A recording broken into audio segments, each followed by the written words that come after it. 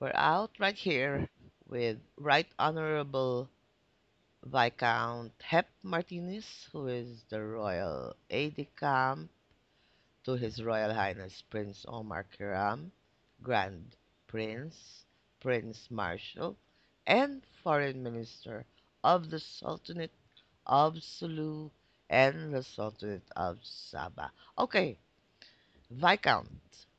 From what we glean in the history of Sabah, it was leased in perpetuity. Can this be explained? Is this something similar to the Hong Kong Treaty, also of the British? Okay, first of all, allow me to extend greetings in behalf of His Majesty Sultan Fuad Kiram I, Grand Prince Omar Kiram, the royal family, the royal cabinet, and the rest of the nobles and knights and masters of the Royal Hashemite Sultanate of Sulu and Sabah. Okay. Okay, to address your question, uh, Sabah was leased to a private company, the British North Borneo Company, in 1878 Mm-hmm. by the Sultan of Sulu. All right. Um, these two individuals, Overbeck and Dent, were basically what you can call in present time fronts of the British government. Okay, Okay. the lease stipulated that Sabah would be leased to them in perpetuity and to their heirs. And Okay. it's also stipulated in the lease that said lease cannot be transferred to any other person or institution, meaning another company, a government, or anything of that sort. Now, uh, the lease states it is in perpetuity, Yeah, that's but one in thing that I want to. Is this okay, literal?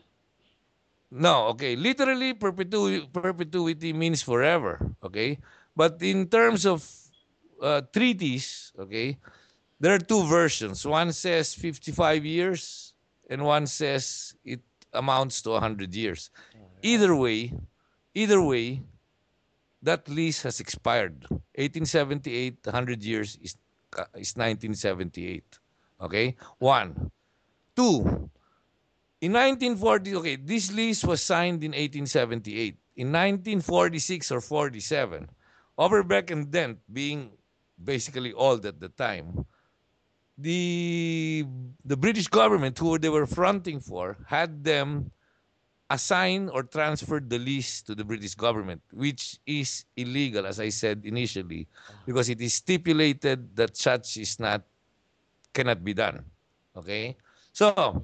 it was transferred to the British in the mid to late 40s, which is illegal, and the British again transferred it to Malaysia in 1962 or 63.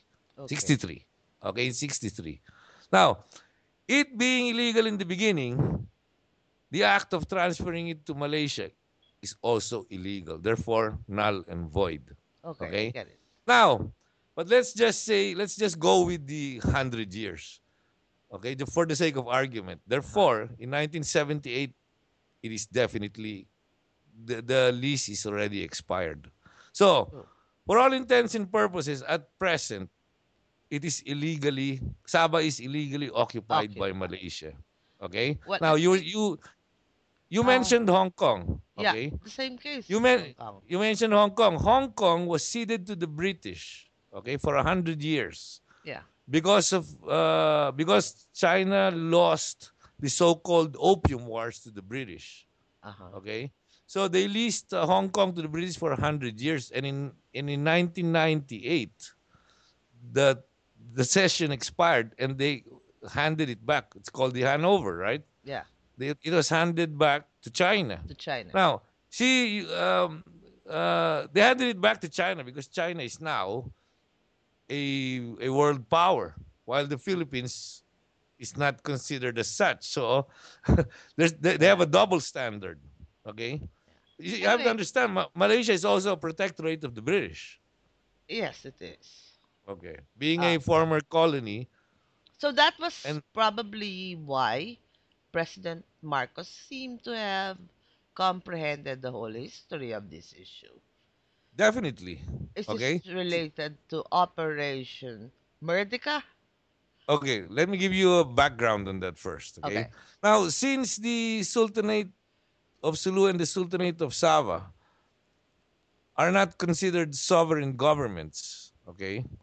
Um, they are not entitled to representation All right. with the United Nations, right? Okay. So the only ones who are entitled to representation with the United Nations are sovereign countries. The, the Sultanate of Sulu and the Sultanate of Sabah being uh, part of the Philippines, Uh-huh. only the Philippines can make that representation. So in Ah, okay. 1962, Sultan Ismail Kiram the First transferred sovereignty of the territory of Sulu, of Sabah, I mean, to the Philippine government. Okay. On that basis, the Macapagal administration then filed the claim with the United Nations. Okay? And And the Philippine mission and the Malaysian mission negotiated over this, and the Philippine mission challenged their counterpart, their Malaysian counterparts, to elevate this matter, the claim, to the International Court of Justice for okay. proper settlement. And the Malaysians refused. The Philippine mission said, "Let's take this to the ICJ, and let's All have a right. gentleman's agreement that whatever the outcome may be, we abide by it." The Malaysians refused because obviously they will lose. So it Okay? took somebody like Marcos. Okay. Come President Marcos administration, okay? Mm, In 1967, that being the case, okay, he wanted to shortcut it because, diplomatic, obviously, right? mm. Diplomatic resolution was not working. Because 9/10 of the law is possession, and definitely Malaysia was in possession of Sabah, All and right. still is. Okay, so what President Marcos did was, he initiated the covert operation, which was called and is still known as Jabida. Operation Merdeka. Murdica. Okay, Jabida is the name of the unit Ah, okay. that they were training. That they the these what we call Moros, or Tausugs, and all people Indi- from Mindanao. yeah, indigenous Okay, people from Mindanao. exactly. Okay. Uh, they recruited, if I'm not mistaken, 200 of them, and they were training them to infiltrate in Sabah Uh-huh. and for ground operations. Okay. Okay. Um, Nino Yaki. Okay. First of all, you have to understand, in the late 60s, okay, the Philippines was economically and militarily superior to Okay. Malaysia. Yes, and to almost every country except Asian Japan. country. Except Japan. Okay, almost every Asian. Yeah. The Philippines was on top during the time, Okay. economically and militarily in Asia. Okay, so we had the upper hand. Okay, We so did, yeah. Marcos, yes, so President Marcos initiated this covert operation called Merdeka, which is to take physical possession of Sabah. Sabah being 80% Tausug. Pop, the native Sabahans are Uh-huh. 80% Tausug up to this very moment. Okay? Okay. So, but the problem was, Nino Aquino, Twisted the whole thing yes, because, and then called it Jabida. well, he exposed the plans of Marcos in order to gain political mileage over Marcos, whom he considered his political arch rival. Uh-huh. Okay? So he wanted to gain political mileage at the expense At of the the former expense of President our Marcos sovereignty. and our sovereignty. Yeah. There you go. Your words, not mine. Okay. Anyway, so that being the case, the operation got exposed, and at the same time, the recruits who were being trained in Corregidor were Okay. being mistreated Oh my. and cheated by their military trainers. Okay, so What do there you was, are Philippine military trainers? yes, Okay. Okay, so at some point, this was all happening simultaneously. Okay, so at some point they mutinied and demanded to s- Equal to rights. to have an audience with the president because Ah, okay. they were promised monetary payment too. Uh huh. Okay. Now all these things happening simultaneously, it gave the operation was exposed. It gave the military trainers an excuse to execute Oh my. their trainees under the Okay. guise of a cleanup operation to hide what was going on, to cover Uh, up. this was what Ninoy Aquino That was uh 68. yeah exposed in Right, right. 1968, So, except that so his version was a bit uh no, see, he exposed the he exposed he attempted to expose the operation and he did, okay? okay. But as far as the local uh,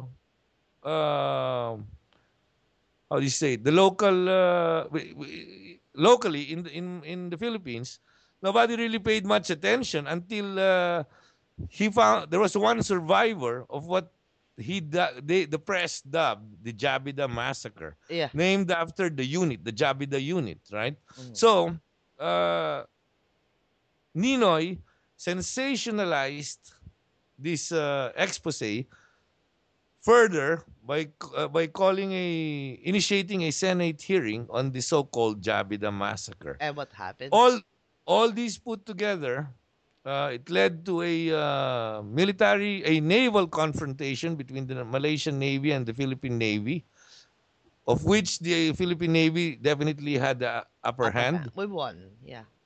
Okay, but no, but the Malaysia ran to their protectors, the British, Uh-huh. and we seeked assistance from our protectors, the Americans. The Americans left us hanging, The and the British did. standoff went in favor of of Malaysia. But we have What happened? a treaty with we have a Yeah, but defense treaty with the yes, but United States. point is that's what happened. Okay, Okay. so all of our military and civilian personnel who were in Sabah for the operation were executed, including all their local native Sabahan Tausug sympathizers. We're That's talking about in the thousands, so it really was a massacre. right? So after that, diplomatic ties were broken, Okay. and Marcos had to shut down the operation, obviously. Okay. Okay? Anyway, So after now, Marcos, uh huh. this was dropped. The Cory Aquino came in. She dropped Well, Sabah claim for obvious reasons. What?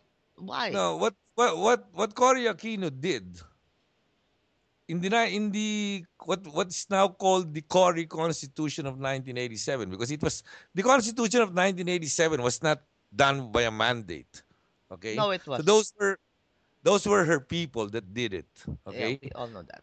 the best way to put it is they blurred the territorial boundaries of the Philippines, making it more difficult for any claim, making it more difficult for the claim to Sabah. Okay. Uh huh. Now, why? What do you think? Because of the obviously, Ninoy Aquino obviously, thing. well, aside from personal reasons like that personal reason, anything against anything about Marcos It's is no bad. good for is bad for the Aquinos, Yeah, right? Number one. Number two, obviously some, if not her, people around her got paid by the Malaysians, and up to present, Malaysians are still paying. We have people in the government who are on the payroll of Malaysia. I didn't know that.